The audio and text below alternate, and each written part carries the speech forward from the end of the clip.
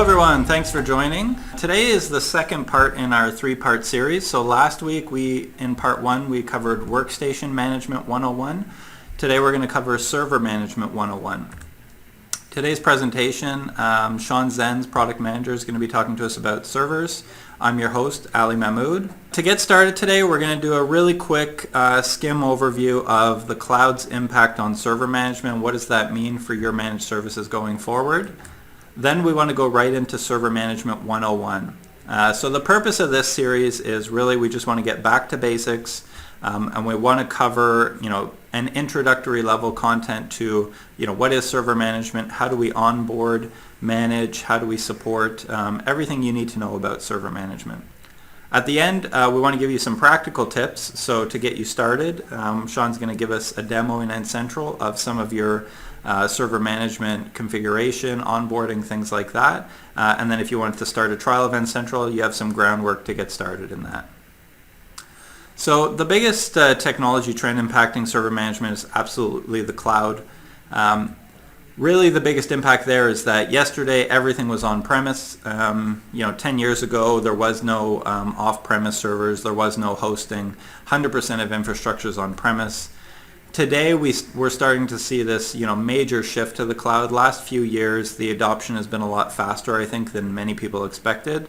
There are still security concerns, yet people are just loving the cost savings, the reliability, the built-in backups, things like that, so people are just flocking to the cloud.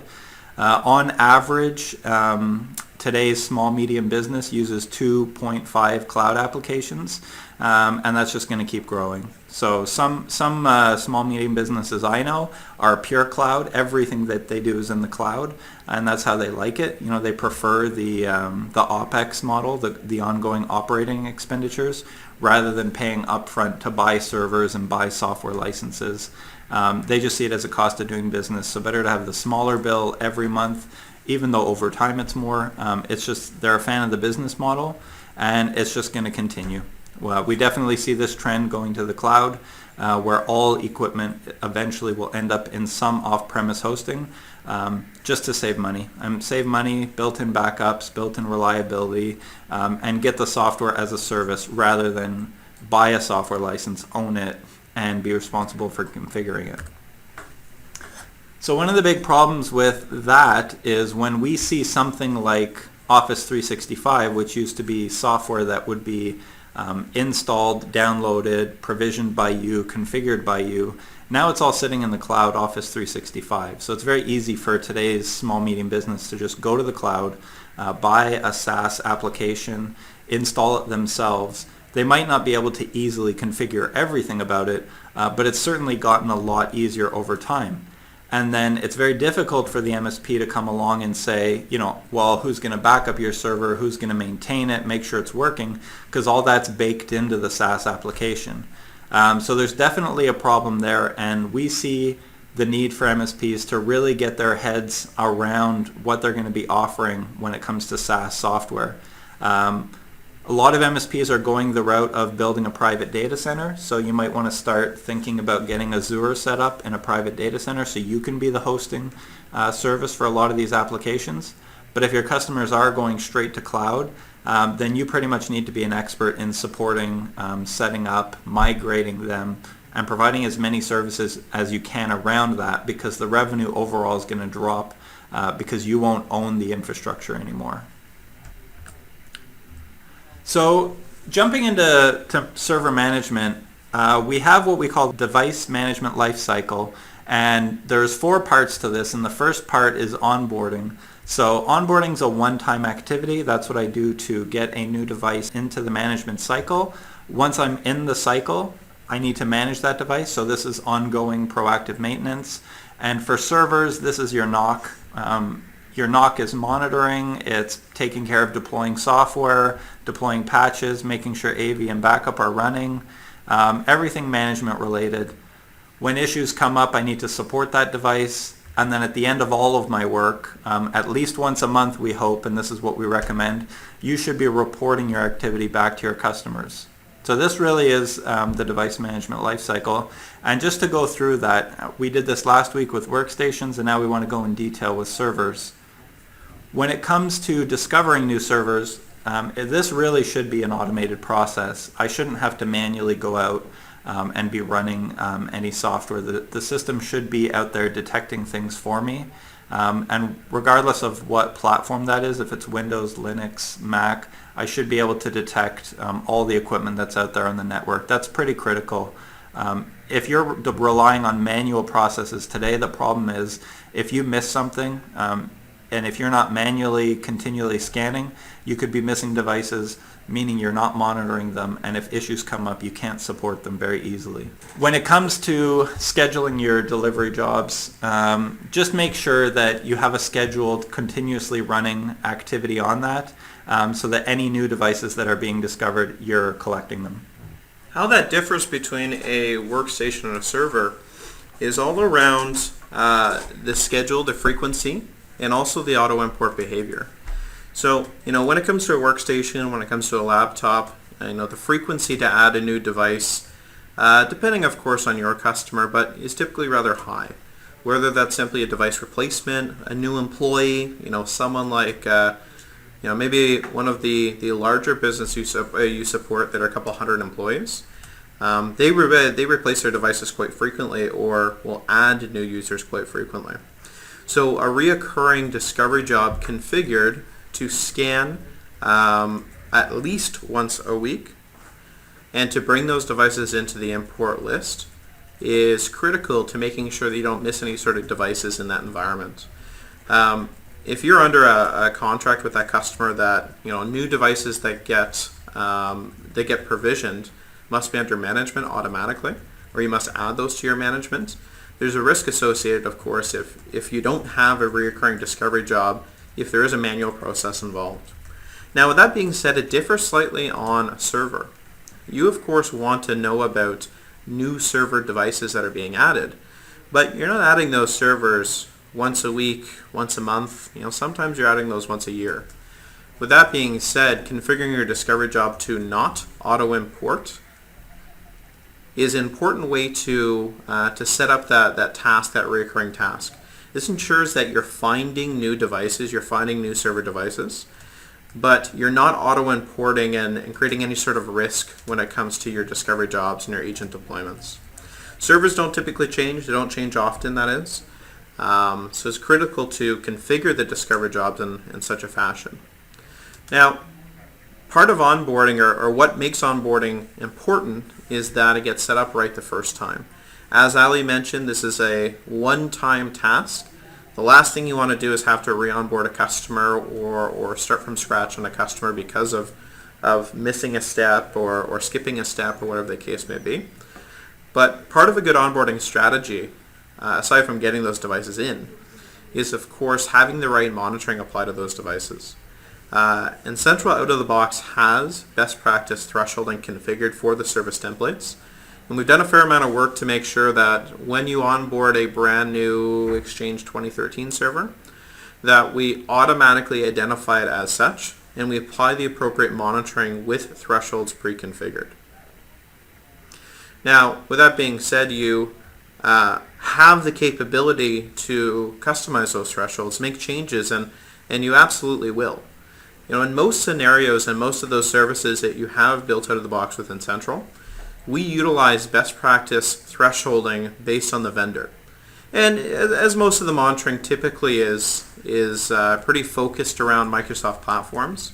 If you look at some of the most recent services we added, maybe you've done your 10.0 upgrade already, but if you look at some of those most recent services that we've added, those services are based on Microsoft documentation, meaning that as a technician, you're rolling it out to a brand new site that happens to have a new version of SQL. When we discover that SQL server, you can be confident that the monitoring that's getting applied is based off of Microsoft best practices.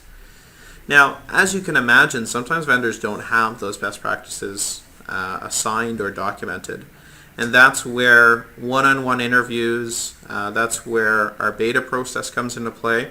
And I'm sure for some of you, we've worked one-on-one and we've gone through some monitoring together.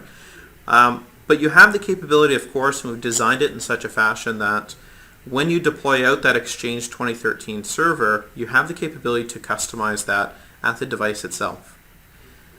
Certain applications, from one server to another, certain applications will be consistent.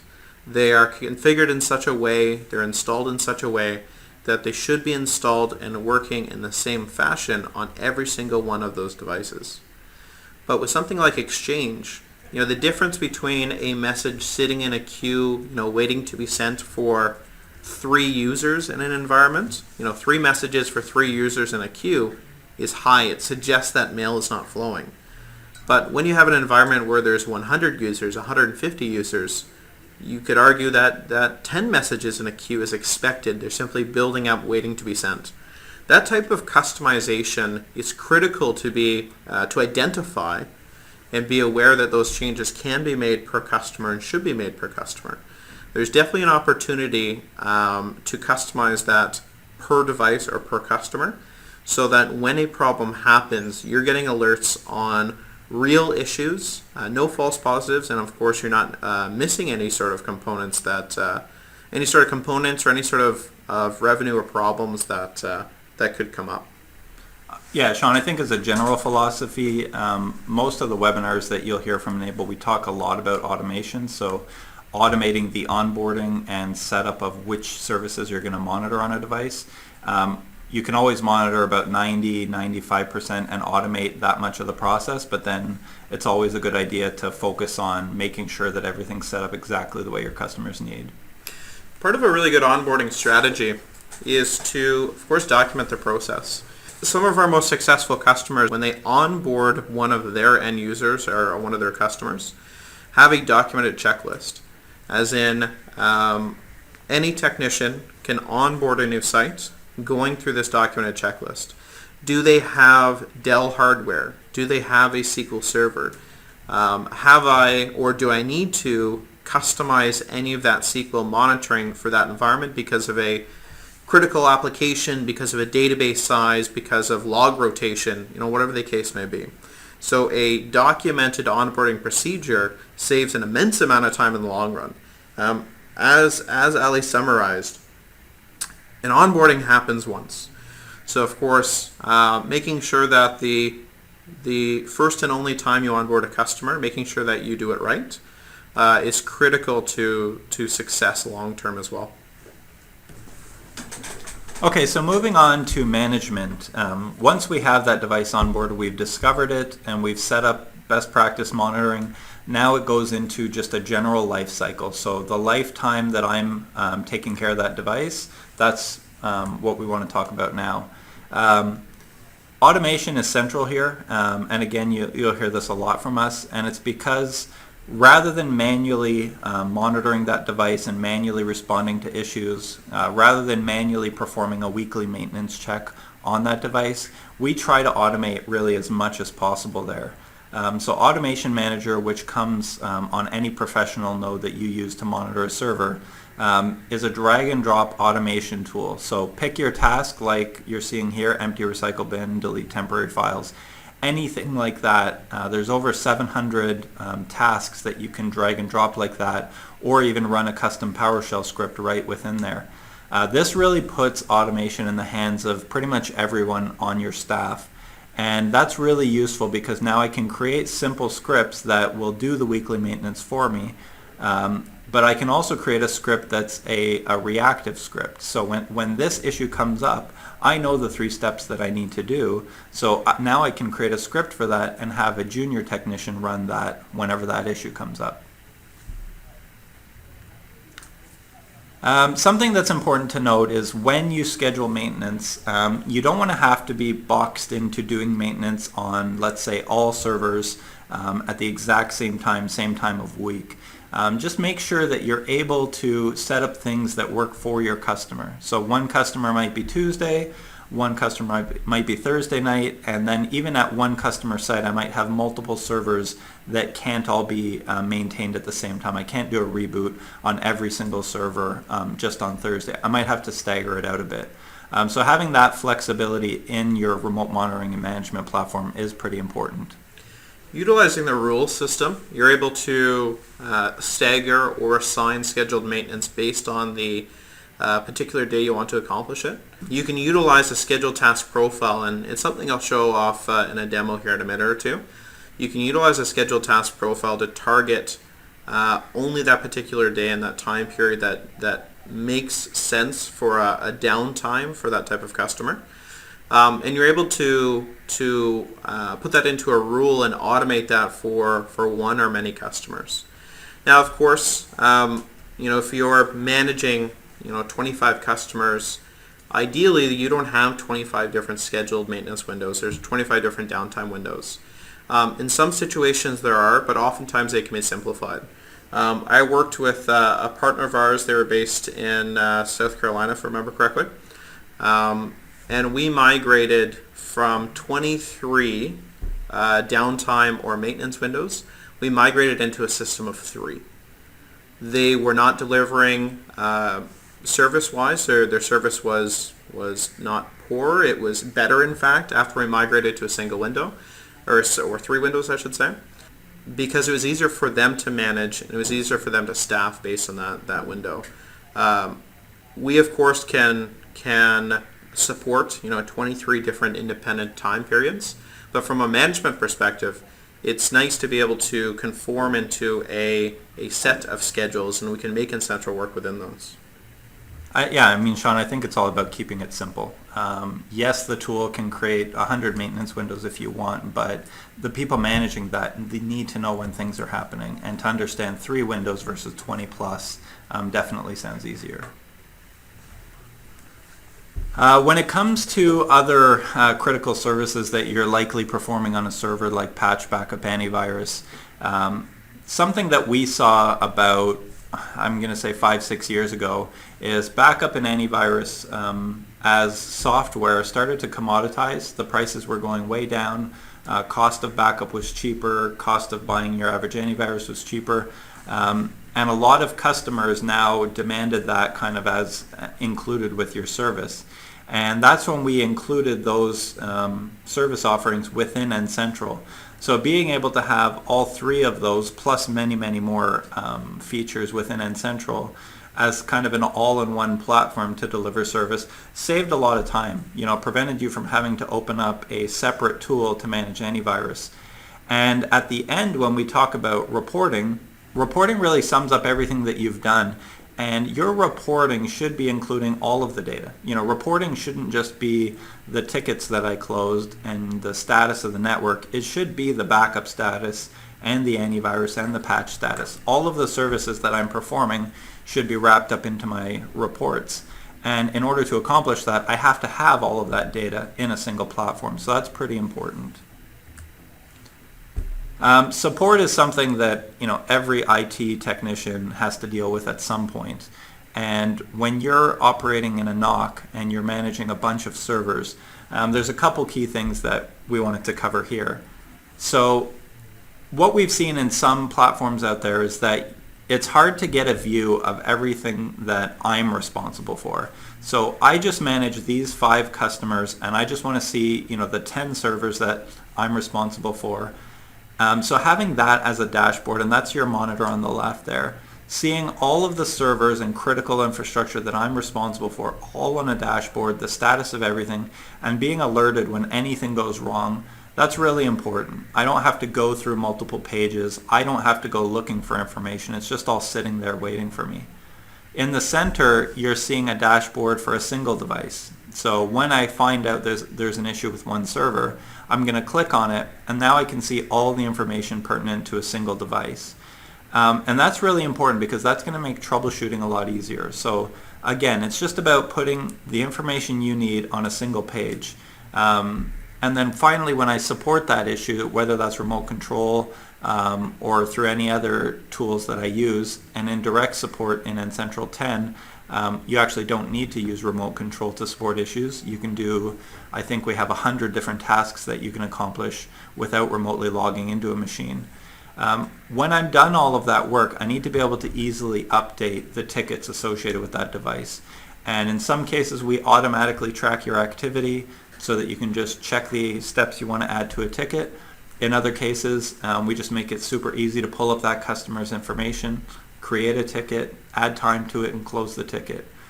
And whether that's Autotask, ConnectWise, or Help Desk Manager, all of that's fully integrated with N-Central. So what we identify as top server issues, and these are servers that, whether they are, say, local to a customer site, those issues can be not identical, but though similar to those servers that are in a private data center, in some cases in the public cloud. One of the most common issues, of course, is email or application availability.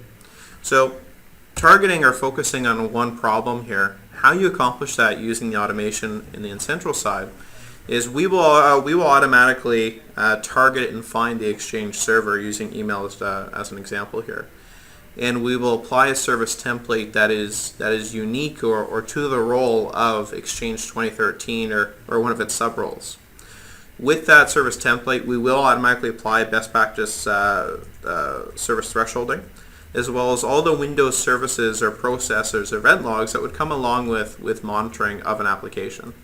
With that being said, you have the capability then to build on top of that and kind of take it to the next level, in a sense that if that environment is unique, it's special, it's different than the last one, you have the capability to dive right down to the thresholding or the alerting to configure right at the service itself, right on that Exchange server, modify your thresholds to say, to make them more aggressive, less aggressive, or pick and choose what you'd want to be alerted on within that particular customer. And of course, modify any sort of alerting you want, as in, I want to receive an email about this problem versus not wanting to. On top of the thresholding and alerting, the last component of this to an automated onboarding of a device is that scheduled maintenance. So utilizing a scheduled task profile and in conjunction with that automation manager, that drag and drop script builder, you're able to build out a policy, whether that is a proactive scheduled maintenance policy unique to Exchange, or if you look at look at it from a different angle, when a problem comes up, when an issue does arise, I can utilize a policy to diagnose the issue, or I can utilize a policy to both diagnose and resolve the issue based, of course, on what the issue is. So when it comes to identifying one of these issues, each one of them has a generic approach in the sense that we find it, we automate the monitoring of it, which includes automating the alerting of it as well. But then there's a more granular kind of fine touch approach of, well, what can we do to this application or this problem so that it doesn't come up in the future, or at least when it comes up in the future, how do I take down how do I get my root cause analysis or my diagnostics done in 60 seconds versus 15 minutes of a direct support or a RDP over to that device? Okay, and just to close things, so we've talked about onboarding, then we talked about entering the device management lifecycle, so management, support. To close on that is reporting, and it might not be accurate to say that this is a third of the cycle. It's just to represent that all of these things are continuous activities. Reporting is something that you should be doing probably once a month or at least once a quarter, and something that we think the problem that we've solved with Report Manager is if you're doing anything manually today with reporting information to your customer, if you're using Excel, if you're sending emails, we think that that's time consuming and there's a better way to do it. Two reports that I just want to touch on very lightly, and next week's webinar is all about reporting, so for the entire hour of that webinar we will be talking about reporting. But the two key reports are the Executive Summary Report and the Assessment Report. Both of these are customer-facing reports. So if I have a current customer, I've done a lot of work for them. I've managed that device. I've installed X number of patches. I've deployed AV. All of the backups were successful this month. Then on the support side, a number of issues came up. I solved all those problems. So I have X number of tickets that have been closed. All of that gets summed up in an executive summary report, which we think that in this format is very easy to consume. It's very easy to glance. You have that performance needle saying what the performance of the network is. And then everything that is a gap or a hole, or in this case, the current performance of the network is 88%. When the customer asks, why not 100%? Everyone wants to be at 100%. This gives you the talking points. This is your chance to remind the customer that they didn't want to deploy AV on, those 5 workstations. They didn't want to buy backup as a service for a couple servers here and there. So it's not that you don't want to get them to maximum capacity. It's just that we're in the green. We're in the dark green. Your network's very healthy. There are a couple other areas that we could improve on. When there's money, there's no pressure. It just reminds them of everything you've done, but it also reminds them of the things that you've tried to quote them before, and it gives you a chance to upsell additional services.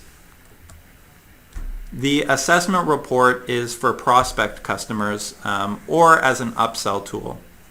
So when I'm going and I'm pitching to a new small business, an assessment report's really useful because I can just go in and offer a free consultative service. We have these essential licenses at Enable. So when you sign on with Enable as a partner, you get a pack of 500, 1,000 essential licenses.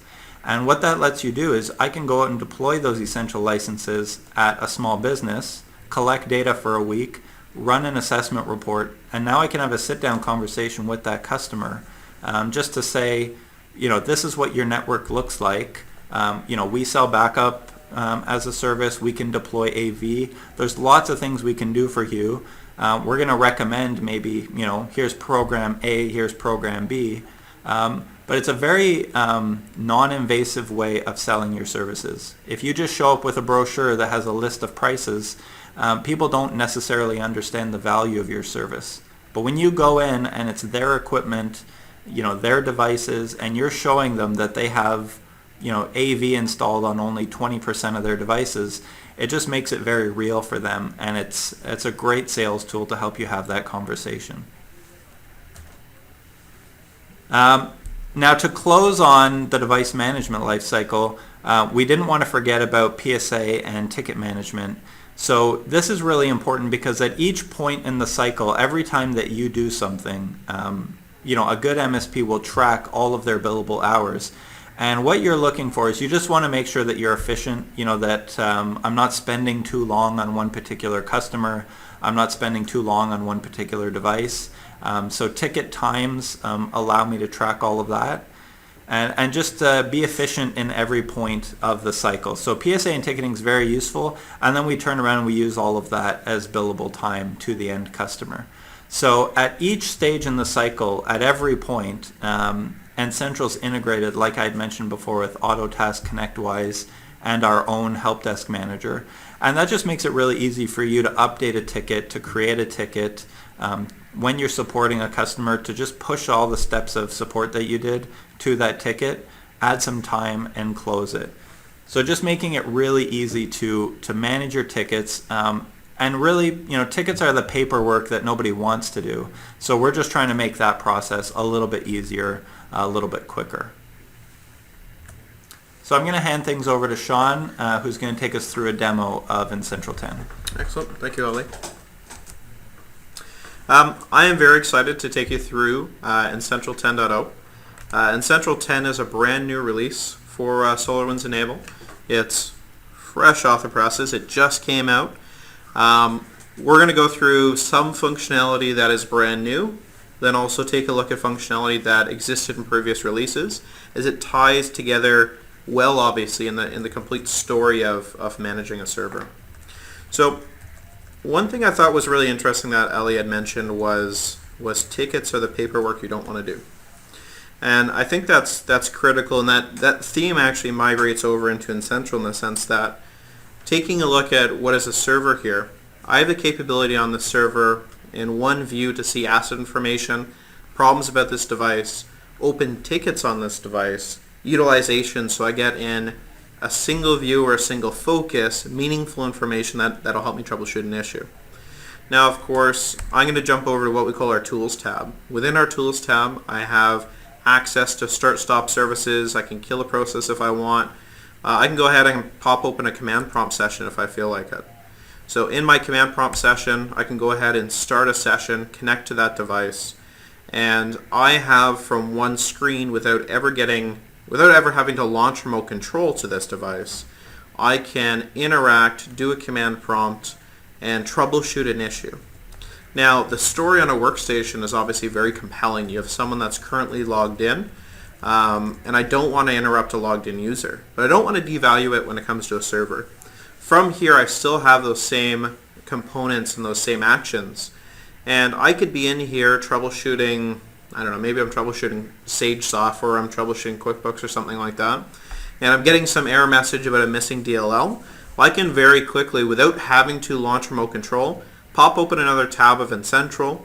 I can have my other QuickBooks server, which is currently working side by side, and I can take a look at two file systems in two different, in my case Firefox, two different Firefox tabs, and compare them side by side for troubleshooting. Maybe I'm not a QuickBooks expert, but I can get up to speed very quickly here as I'm troubleshooting through the problem. I get access to things like my registry. I can make changes there, but of course I can get into things and run reports on Windows event logs and stuff like that. To Ali's point though about tickets are not enjoyable to interact with on a day-to-day basis, well, I can go ahead and click on the audit trail at the very top here. Check the fact that I launched a command prompt session, check that audit trail session, create a ticket in my favorite PSA tool, and I can go ahead and make notes to that ticket, make changes to that ticket, or even update a ticket on demand if I'd like. So I'm able to make all these changes, create all these workflows, get work done, and I haven't navigated away. I'm still within the Incentral software here. I didn't even have to launch remote control in this case, and I can make all those changes. Now, what I'm showing you here is purely reactive. Incentral detected a problem. It told me about a problem. I came to the device. I did some real-time actions. I popped open a command prompt. I did some real-time actions to resolve the problem for me. And of course, to Ali's point, at every step in the process, every step on the wheel, I document it within my PSA so that I bill for it. I don't leave anything on the table. But with that being said, this is all very reactive. Even in the scenario here where perhaps I want to run a policy, something that I've built or I've utilized within, or I've taken from the Incentral server already, something that's already pre-built. I can run this in real time against a device and I can get that output on the right-hand side. In those scenarios, though, where I want to be more proactive, I want Incentral to, as it onboards a new customer that is a proactive customer, a gold customer, whatever that customer means to me, I want Incentral to take corrective action for me. I want Incentral to proactively schedule maintenance for me. We do that in what we call our rule. Our rule is really the core automation. Now, I know we're trying to stay a little high level here, but I'm going to get into the nitty-gritty for a bit. We use our rule to automate every component of our product, whether that means I'm setting up AV, or whether that, in my scenario, is I'm setting up some scheduled maintenance. I want a scenario, here's my scenario I'm going to accomplish. I want a scenario where I can onboard a brand new server. I want to add that customer to a group that says they are a proactive maintenance. I want it to automatically schedule, and I want to bill for it. So how I'm going to accomplish this is I'm going to create myself what's called a scheduled task profile. So from here, I'm going to come in and say this is my scheduled maintenance here, and I'm going to dictate the time in which it happens. We talked about 23 schedules versus 3 schedules, and how much depth we can get in here. Honestly, when it comes to managing this, keep it stupid simple here. So I'm going to go ahead and say that this is my Saturday at I'll call it my weekly. Saturday at 2 a.m. And this is going to be for my servers. First things first here, I'm going to add my task. This can be a script, this can be a software install, this can be a run of the AV software if I want to, but my task here is I'm going to add a automation policy. And my automation policy is going to utilize one of the pre-built policies. We have tons and tons and tons of policies built into the Incentral software. Each one of these policies is made up by objects, and as Ali mentioned, there are hundreds of objects that you can utilize in these policies. If you want some details on how to create a policy, we've done some great webinars in the past. If you look at the archive webinars, some great webinars in the past of building policies, scheduling these policies, etc. I'm going to go ahead here and I'll pick an example, and I'll keep it pretty straightforward here. I'll do a device maintenance. You'll see that I have a brief description of what's happening here: DNS, temp files, recycle bin, defrag, etc. For my naming convention, this is going to be a device maintenance, and I'm going to say when it happens. So I'll go ahead and say this was Saturday at 2 a.m. again. Naming does matter because you do see this in reporting, so it's important to name it straightforward, something that makes sense to you. I'll go ahead and I'll schedule this. Pick a schedule that makes sense. This is a weekly Saturday, 2 o'clock in the morning. So of course this is a recurring. Custom is the best way to do a weekly task. And I'll go ahead and say this is 2 o'clock in the morning. Now, I mentioned here that I want to notify on this. I want to make sure that when a task happens, we are automatically capturing that information within the PSA tool. So I can actually pick what's called a ticketing recipient, so that when this fires off on that weekly basis, it is keeping track in your favorite PSA tool. I'm going to save this task. I have what are really the building blocks of a device maintenance at this point. I would strongly encourage you to take a look at what you commit to right now as a device maintenance or a scheduled maintenance, and obviously translate that into software. A previous role of mine here at SolarWinds Enable, I worked on the sales engineering team, and oftentimes I would take a scheduled checklist, something that a customer would give me in an Excel spreadsheet, and we'd go through it over the phone, and we'd go, okay, let's translate this into software. I see that you review event logs looking for drive failures on a hopefully weekly basis. You try to do it on a weekly basis. Okay, well, translate that into software. That turns into a monitoring alert that proactively creates a ticket if that problem happens. Or it turns into an alert plus you schedule a report so that you can verify that, look through that, or even show it to an end user if that makes sense in that scenario. You can build on the scheduled task profile, you can add scripting, you can add more to it, and you can save the scheduled task profile for the next step.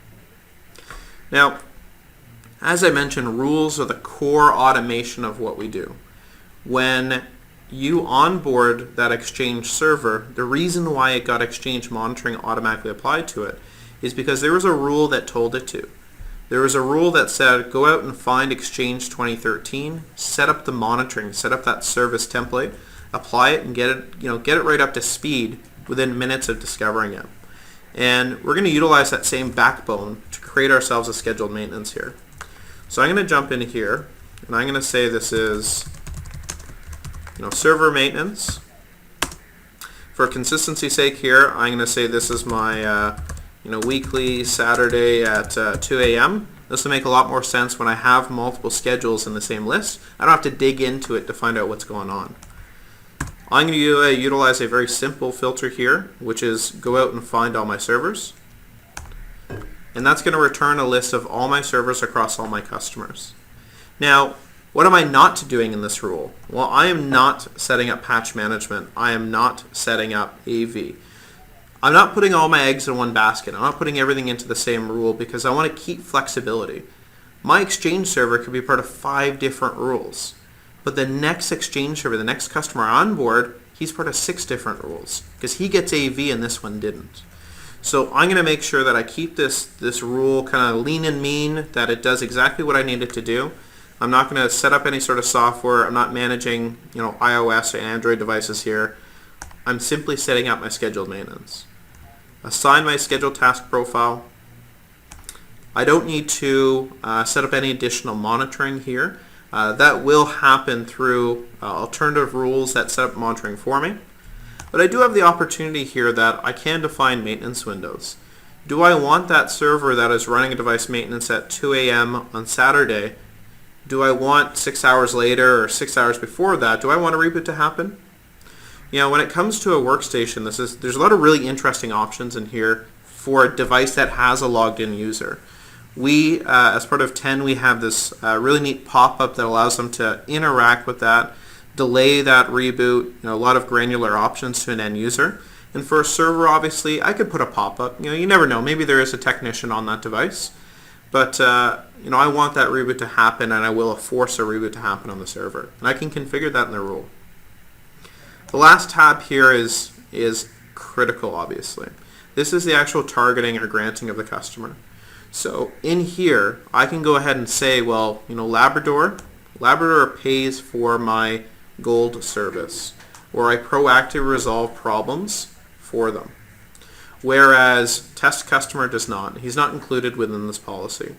What's important too is if you look at your landscape, your customers, as you onboard a customer, would you want them to be automatically added into your server scheduled maintenance? Or is that something that when you onboard a new customer, you as a technician, you go through the checklist, your onboarding checklist, and you say, does this customer, is he a gold, is he a platinum, is he a tier 1, whatever the scenario is, does he get this maintenance? And if the answer is yes, it's a requirement, it's a checked off requirement, then I would go ahead and move him from the left to the right.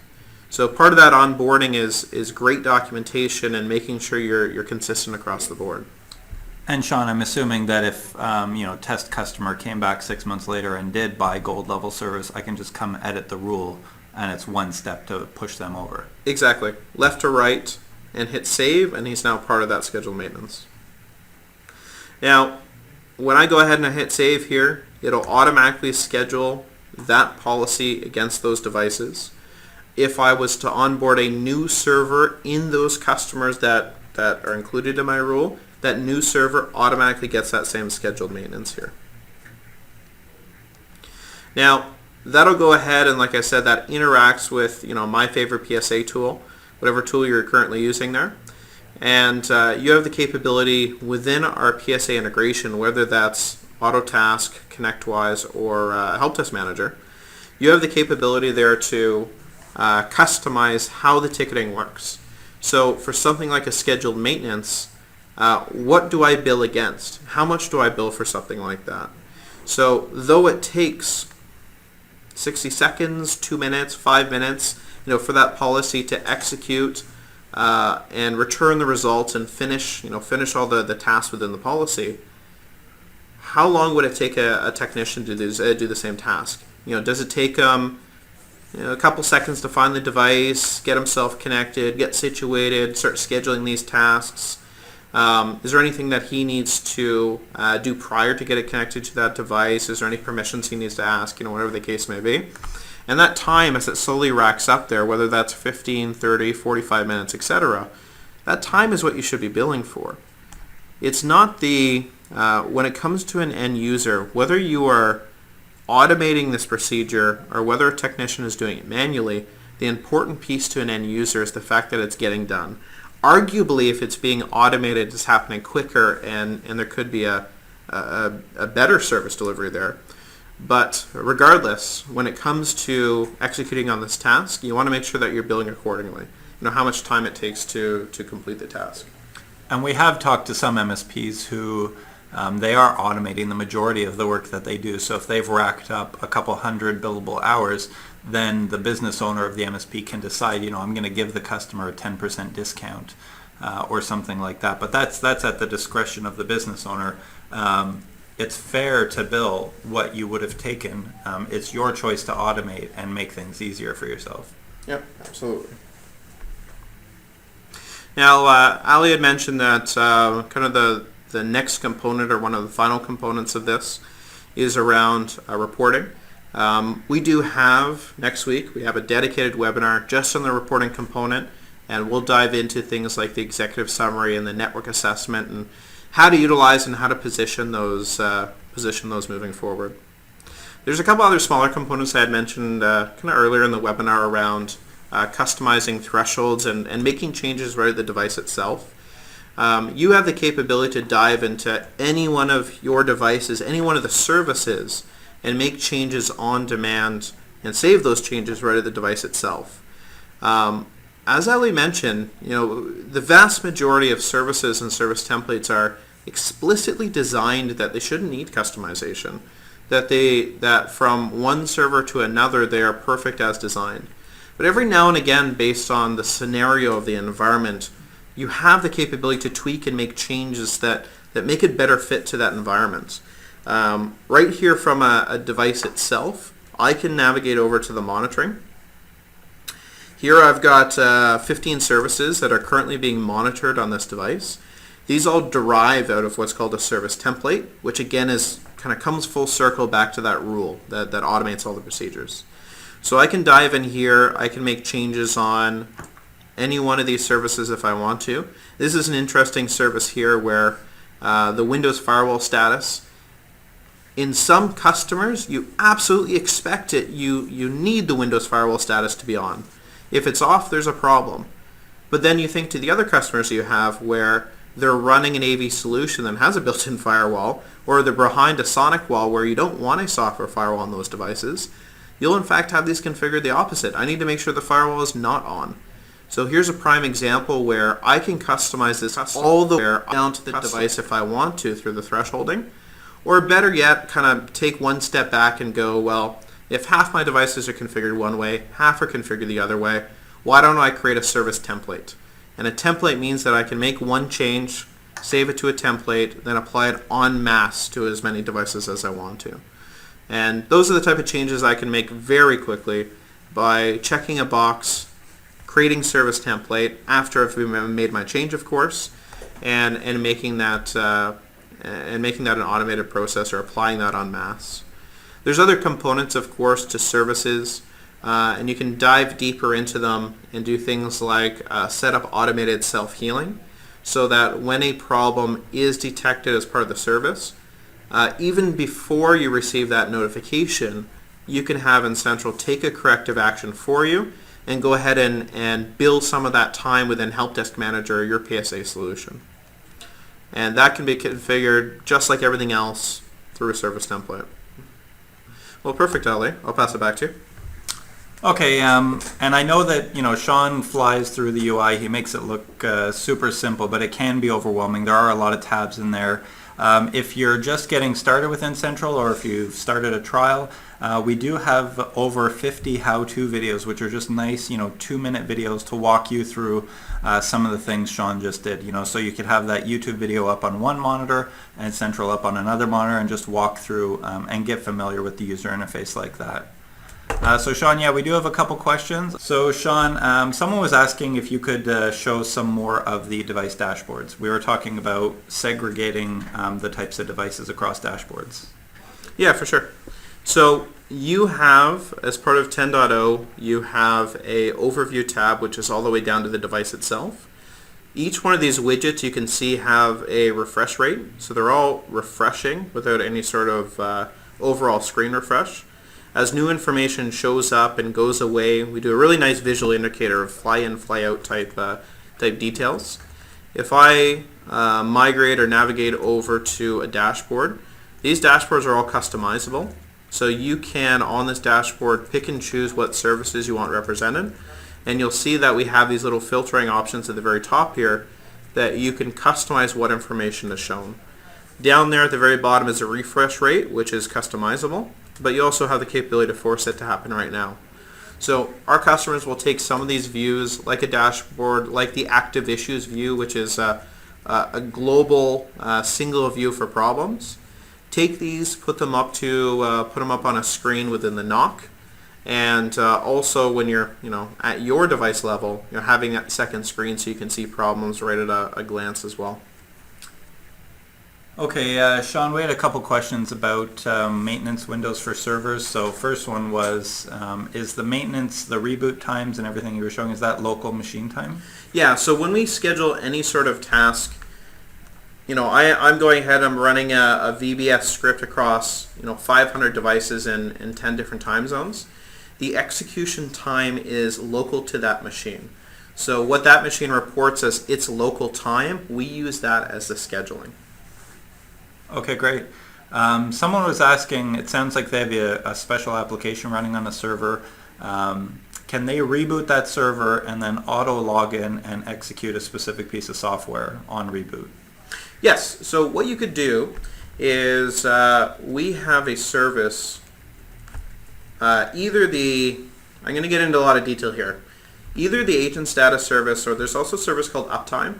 You can configure its self-healing action to say if it's gone into failed state, which is signifying that the device has just been rebooted, you could have that take a self-healing action which would run a script and an automation policy to do anything you want. Whether that means launch the application with a command line that allows it to log in or something like that, or really anything you want. There's hundreds of objects. Then obviously anything you put in VBS, Batch, or PowerShell is pretty limitless. Okay, and Sean, when you were reviewing the rules, someone asked, what happens if I have a device where multiple rules could apply to that device? Which rule takes precedence? Yeah, so we base our rules based on, I should say, the filter that it applies to. So if our filtering is using simple things like a device class, as in apply this monitoring if it's a server, versus more in-depth filtering criteria like apply this monitoring if it's an Exchange server, we find Exchange is installed. When the agent is deployed to that device and we do an asset scan, the very first thing we know about it is it's a server. So a simple filter looking for device class, that rule will apply first. Once the agent scan completes and it updates its asset information, then it applies the second service template, which is the second rule, which is based on asset information. Okay, and Sean, there was a couple questions around PSA and ticketing integration. So one was, can I send information to PSAs other than the ones we mentioned? So they were saying Tiger or PAW specifically. Yeah, so for other PSA solutions, we do have an API available that you can tie into in the back end. But for the most part, other PSA solutions allow you to are allowed to receive alerts or receive notifications from them. So you can customize your notification templates to include details that your PSA solution would want. So perhaps you want a customer name and a device name in the subject line of the email because that's what your PSA template will interpret. Well, you can go ahead and make those changes on your notification templates here. We have a handful of variables, so you can go ahead and make those changes. However, whether it be Tiger Paw or maybe something more obscure, and actually receive those alerts. For items like billing and time entry and stuff like that, those are driven through API, so it had to be done through connecting to the Incentro API, whether it be from that PSA solution or something customized essentially. Okay, and Sean, probably our last question for the day. Someone was asking for details on how the Autotask integration works, so maybe just cover that in general. How would I configure and set up the actual integration? Yeah, for sure. It is very straightforward. Under Administration PSA Integration, you plug in your product Autotask, you plug in your credentials to log into Autotask, then you step through the 5 options: customer mapping, device class, export, billing, and ticketing. You step through each one of those options and you configure a default for each one of them. Ticketing recipients, if Incentro finds a problem, what type of ticket do you want created and the behavior related to it? Do devices get exported? Between Incentro and between Autotask, we'll have different classifications. We'll call a server something different potentially. Well, you can create that handshake or that map between the two products. And of course, customers themselves. What does an Incentro customer, what does he map to on the Autotask side? What account does he map to? To get a in-depth kind of explanation of how to set this up step by step, on the Enable Resource Center, we do have documentation for PSA tools for integrating them, but also to the video series that Ali had mentioned. Over on the Enable Resource Center under Training, we recently released about 50 videos for Incentro 10.0 training videos, and there's one explicitly on Autotask. And that being said, if you're not sick of my voice yet, you get to go watch 50 videos and hear me blab on. Yeah, we locked Sean in a closet for about 2-3 weeks to record all those videos. So, excellent. Thank you. Okay, just to bring it all back home, we talked about the device management lifecycle, and here's how Incentral kind of plays into all of that. When it comes to onboarding, we try to automate as much as possible, and we have over 500 monitoring services and I think 100 monitoring templates. So making it easy to discover, you bring that device in and then automatically set up the correct monitoring based on best practices. When it comes to management, we really are trying to deliver an all-in-one platform. So we want that to be able to give you the patch AV backup and other services that you have, but also make proactive maintenance really, really easy. On the support side, we saw a little bit of this today. We saw direct support, which is some real-time remote support that doesn't interrupt the end user. I don't have to start a remote control session, for every single problem that exists out there. And then at the end of the day, I can turn around, I can create these beautiful customer-facing reports that show them everything I've done in a way that they'll actually listen to me. Sometimes it's hard to talk to a user about IT work, about the stuff that I'm doing, and for them to actually comprehend it. But when they see it in that nice, 5-page report, it really helps them to grasp what I'm actually doing for them. If you want to learn more about Incentral, please visit n-able.com. We have a lot of great resources on the website, a couple videos for you, and I'd really encourage you to start a trial. So you have a 30-day free trial that you can start, get your hands on the product, and start playing around with some of those great features that Sean showed us. Sean, I want to thank you for your time today and that awesome demo. Thank you. Everyone, hope you enjoyed the webinar. Have an awesome day.